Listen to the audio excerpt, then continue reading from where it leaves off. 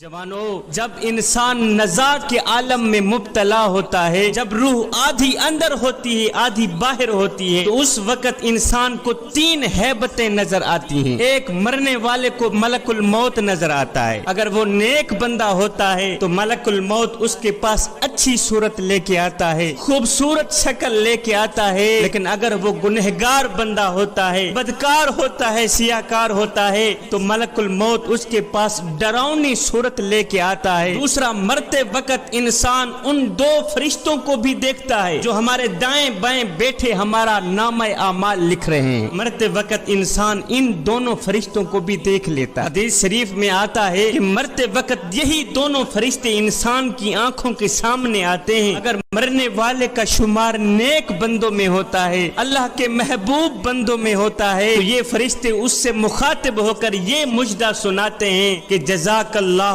خیرا، جزاک اللہ خیرا، اے مرنے والے خدا تیرا بھلا کرے، خدا تیرا بھلا کرے کہ ہمارے سامنے تو نے بہت سی بندگی کی ہے، تو نے اللہ کو بھی راضی کیا، اس کے رسول کو بھی راضی کیا، راتوں کی تنہائیوں میں اٹھ اٹھ کے قرآن پڑھتا رہا، اللہ کو راضی کرتا رہا، اس کے رسول کو راضی کرتا رہا۔ اے اللہ کے نیک بندے، خدا تیرا بھلا کرے۔ اور اگر مرنے والا نیک بندہ نہیں ہوتا، گنہگار ہوتا ہے، بدکار ہوتا ہے، سیاکار ہوتا ہے، تو یہی دونوں فرشتے اس سے مخاطب ہو کر کہتے ہیں، اے نادان، لا جزاک اللہ خیرا، حق تعالی تیرا بھلا نہ کرے، نہ کرے، نہ کرے، اس لیے کہ تو نے ہمارے سامنے بہت سے گناہ کیے، بہت سی تقصیریں کی، مظلوموں پر ظلم کرتا رہا، غریبوں کا حق مارتا رہا، مسجد کے نزدیک نہ گیا، قرآن کے قریب نہ گیا، ساری زندگی شیطان کی پوجا کرنے میں گزار دی، ساری زندگی غفلت میں گزار دی۔ اے مردود انسان، خدا تیرا بھلا نہ کرے،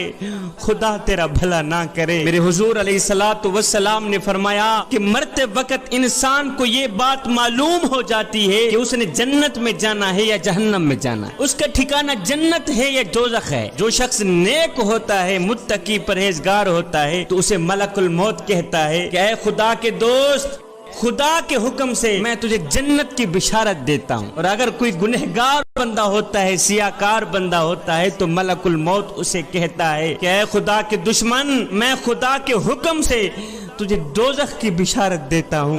جب مرنے والا دوزخ کی بشارت سنتا ہے تو اسے خوف اور رنج کے ملے جلے جذبات گھیر لیتے ہیں، نزاع کی سختی بڑھ جاتی ہے، اور وہ سسک سسک کے پانی مانگتا ہے کہ مجھے پانی دو، لیکن زبان ہلنے سے قاصر ہو جاتی ہے، اس کی روح آدھی اندر ہوتی ہے آدھی باہر ہوتی ہے، کہتا ہے ہائے یا اللہ، او مجھے موت دے دے، مجھے موت دے دے۔ قصہ مختصر کہ اس گنہگار بندے کی روح بڑی ہی سختی سے نکلتی ہے۔ میرے حضور علیہ السلام نے فرمایا کہ کوئی بھی شخص دنیا سے نہیں نکلتا جب تک وہ یہ جان نہ لے کہ اس کا ٹھکانہ جنت ہے یا جہنم ہے۔ مرنے والے کے لیے بات یہ بھی ہے کہ اسے معلوم ہو جاتا ہے کہ وہ جنت میں جائے گا یا جہنم میں جائے گا۔ میرا اللہ فرماتا ہے کل نفس ذائقۃ الموت، ہر جاندار ایک نہ ایک دن موت کا ذائقہ چکھنے والا ہے۔ جوانو، دنیا کی زندگی چند روزہ ہے، دنیا سرائے فانی ہے، ہم نے یہاں سے ایک نہ ایک دن کوچ کر جانا ہے۔ یہ دنیا کی زندگی محض ایک کھیل تماشا ہے۔ ابن آدم میرا مال، میرا مال، میرا مال کرتا رہتا ہے، مگر اے ابن آدم، تیرا مال صرف وہی ہے جسے تو نے کھا کر ہضم کر لیا، تیرا مال صرف وہی ہے جسے تو نے پہن کر بوسیدہ کر دیا اور صدقہ دے کر ساتھ لے گیا، بس یہی تیرا مال ہے۔ میاں، زیادہ ہائے ہائے کرنے کی کوئی ضرورت نہیں ہے۔ میرے حضور علیہ السلام نے فرمایا مجھے دنیا سے کیا سروکار۔ دنیا کی مثال تو ایسی ہے جیسے کوئی سوار گرمی کے دنوں میں سفر کرے اور کسی درخت کے سائے میں کچھ دیر آرام کرنے کے بعد سوار ہو کر چل دیے۔ دنیا کی مثال تو یہی ہے۔ ایک دن سیدہ عائشہ الصدیقہ رضی اللہ تعالی